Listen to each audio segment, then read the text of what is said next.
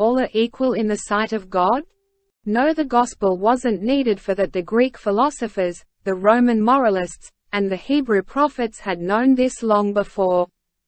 But it said, in that new way of living, a new form of society, which is born of the heart, and which is called the kingdom of heaven, there are no nations, there are only individuals.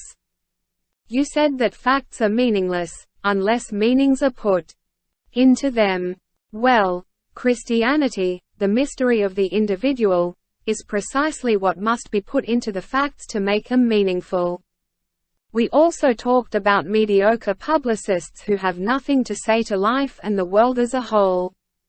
Of petty second-raters who are only too happy when some nation, preferably a small and wretched one, is constantly discussed. This gives them a chance to show off their competence and cleverness, and to thrive on their compassion for the persecuted.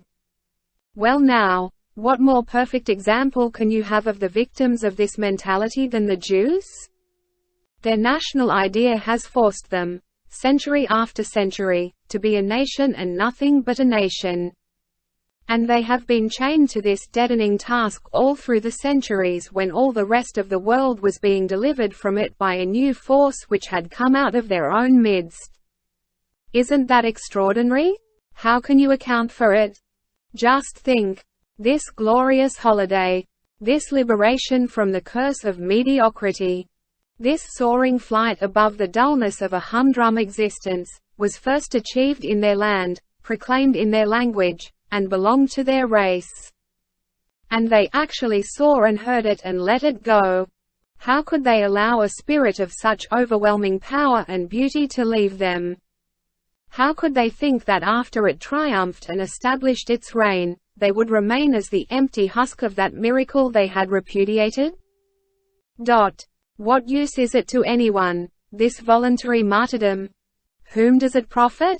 For what purpose are these innocent old men and women and children, all these subtle, kind, humane people, mocked and beaten up throughout the centuries? And why is it that all these literary friends of the people of all nations are always so talented? Why didn't the intellectual leaders of the Jewish people ever go beyond facile Weltschmerz and ironical wisdom? Why have they not, even if at the risk of bursting like boilers with the pressure of their duty, disbanded this army which keeps on fighting and being massacred nobody knows for what? Why don't they say to them, come to your senses, stop. Don't hold on to your identity.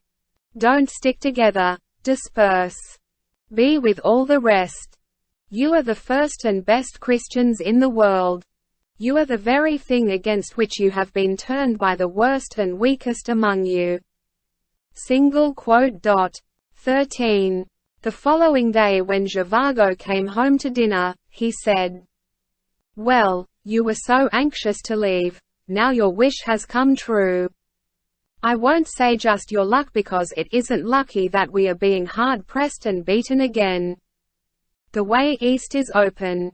The pressure is from the west. All the medical units are under orders to get out. We'll be going tomorrow or the next day. Where to? I don't know. And I suppose Karpenko Mikhail Grigorievich's linen still hasn't been washed. It's always the same thing. Karpenko will tell you he has given it to his girl to wash, but if you ask him who and where she is, he doesn't know, the idiot. He paid no attention to Karpenko's excuses nor to Gordon's apologies for borrowing his host's shirts. That's army life for you, he went on. As soon as you get used to one place, you're moved to another. I didn't like anything here when we came. It was dirty, stuffy, the stove was in the wrong place, the ceiling was too low. And now, even if you killed me, I couldn't remember what it was like where we came from. I feel as if I wouldn't mind spending my life in this place, staring at that corner of the stove with the sunshine on the tiles and the shadow of that tree moving across. They packed without haste. During the night they were roused by shouts, gunfire, and running footsteps. There was a sinister glow over the village. Shadows flickered past the window. The landlord and his wife were getting up behind the partition. Yurii Andreevich sent the orderly to ask what the commotion was about. He was told that the Germans had broken through. Zhivago hurried off to the hospital and found that it was true. The village was under fire. The hospital was being moved at once, without waiting for the evacuation order. "We'll all be off before dawn," Zhivago told Gordon. "You're going in the first party, the carriage is ready now, but I've told them to wait for you." "Well, good luck. I'll see you off and make sure you get your seat." They ran down the village street, ducking and hugging the walls. Bullets whizzed past them, and from the crossroads they could see shrapnel explosions like umbrellas of fire opening over the fields. "And what about you?" asked Gordon as they ran. "I'll follow with the second party. I have to go back and collect my things." They separated at the edge of the village. The carriage and several carts that made up the convoy started, bumping into one another and gradually spacing out. Yurii Andreevich waved to his friend, who saw him for a few moments longer by the light of a burning barn. Again keeping to the shelter of the houses, Yurii Andreevich hurried back. A few yards from his house he was knocked off his feet by the blast of an explosion and hit by a shell splinter. He fell in the middle of the road, bleeding and unconscious. 14. The hospital where Yurii Andreevich was recovering in the officer's ward had been evacuated to an obscure, small town on a railway line close to the G. H.Q. It was a warm day at the end of February. The window near his bed was open at his request. The patients were killing time before dinner as best they could. They had been told that a new nurse had joined the hospital staff and would be doing her first round that day. In the bed opposite Zhivago's, Galiolin was looking at the newspapers that had just arrived and exclaiming indignantly at the blanks left by the censorship. Yurii Andreevich was reading Tonia's letters, which had accumulated in one great batch. The breeze rustled the letters and the papers. At the sound of light footsteps he looked up. Lara came into the ward. Zhivago and Galiolin each recognized her without realizing that the other knew her. She knew neither of them.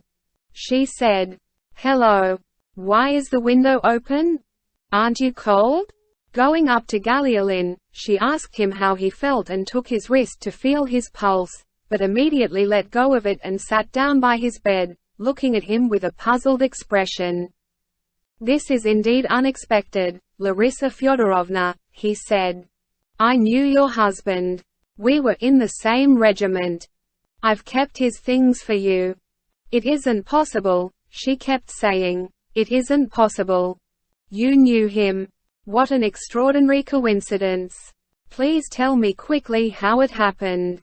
He was killed by a shell, wasn't he, and buried by the explosion?" "You see, I know. Please don't be afraid of telling me." Galiolin's courage failed him. He decided to tell her a comforting lie.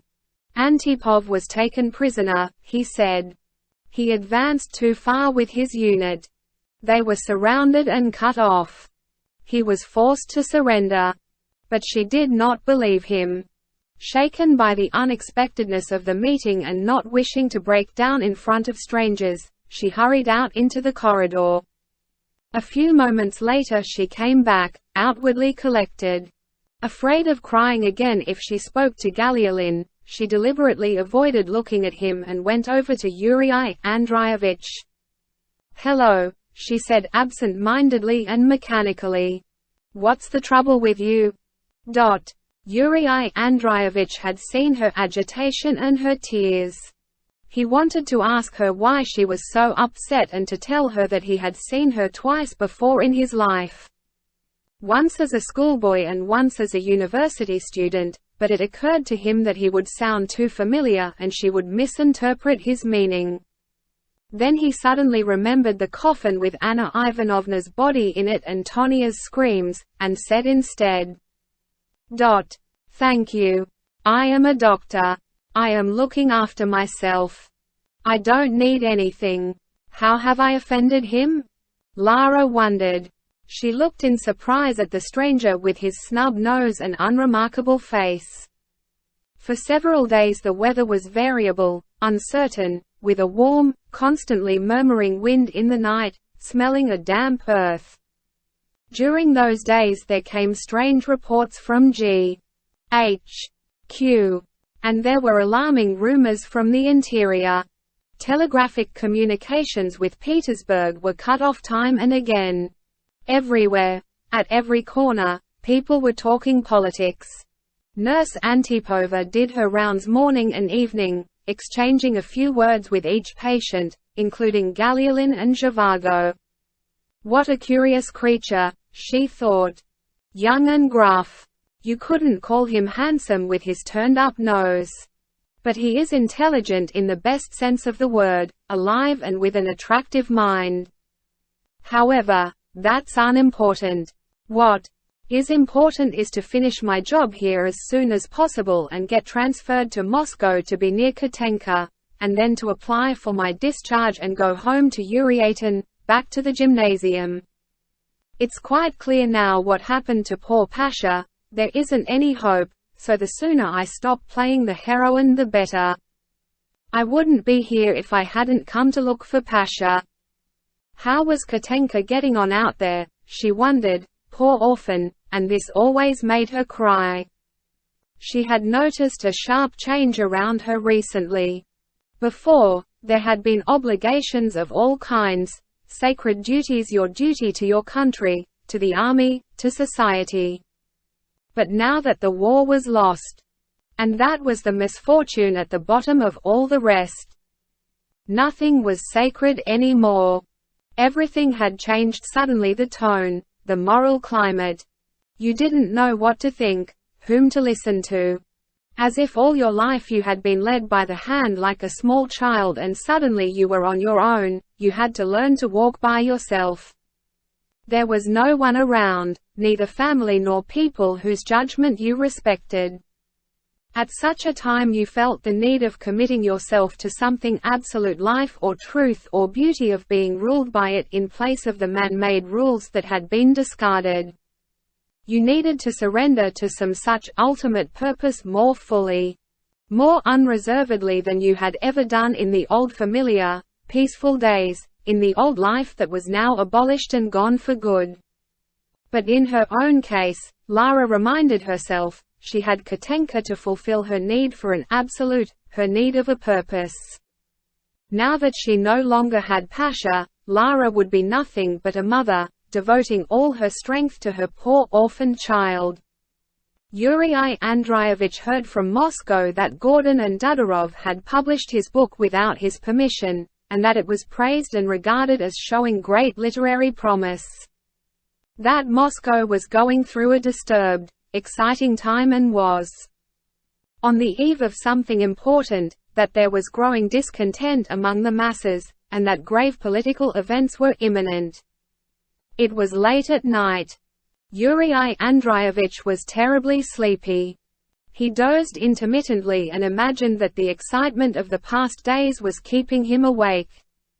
A drowsy, sleepily breathing wind yawned and stirred outside the window. The wind wept and complained, "Tonia, Sasha, I miss you. I want to go home. I want to go back to work." And to the muttering of the wind Yurii Andreevich slept and woke and slept again in a quick, troubled alternation of joy and suffering, as fleeting and disturbing as the changing weather, as the restless night. It occurred to Lara that after all the devotion Galiulin had shown to Pasha's memory, the pains he had taken to look after his things, she had not so much as asked him who he was and where he came from. To make up for her omission and not seem ungrateful, she asked him all about himself when she made her next morning round. Merciful heaven, she wondered aloud. 28 Brest Street, the Tiversons, the revolution of 1905, that winter. Yusupka? No, she couldn't remember having met him, he must forgive her. But that year, and that house. That's true, there had really been such a house and such a year. How vividly. It all came back to her. The gunfire, and what was it she had called it then? Christ's judgment. How strong, how piercingly sharp were the feelings you experienced for the first time as a child. Forgive me. Do forgive me, Lieutenant. What did you say your name is? Yes, you did tell me once. Thank you, Osip Gimazetanovich. I can't thank you enough for reminding me, for bringing it all back to my mind. All day long she went about thinking of that house and kept talking to herself. To think of it, Brest Street, no. 28. And now they were shooting again, but how much more frightening it was now. You couldn't say, the boys are shooting this time. The children had all grown up, the boys were all here, in the army, all those humble people who had lived in that house and in others like it and in villages that also were like it. Extraordinary. All the patients who were not bedridden rushed in from the other rooms, hobbling noisily on crutches or running, or walking with canes, and shouted vying with each other. Big news. Street fighting in Petersburg. The Petersburg garrison has joined the insurgents. The revolution.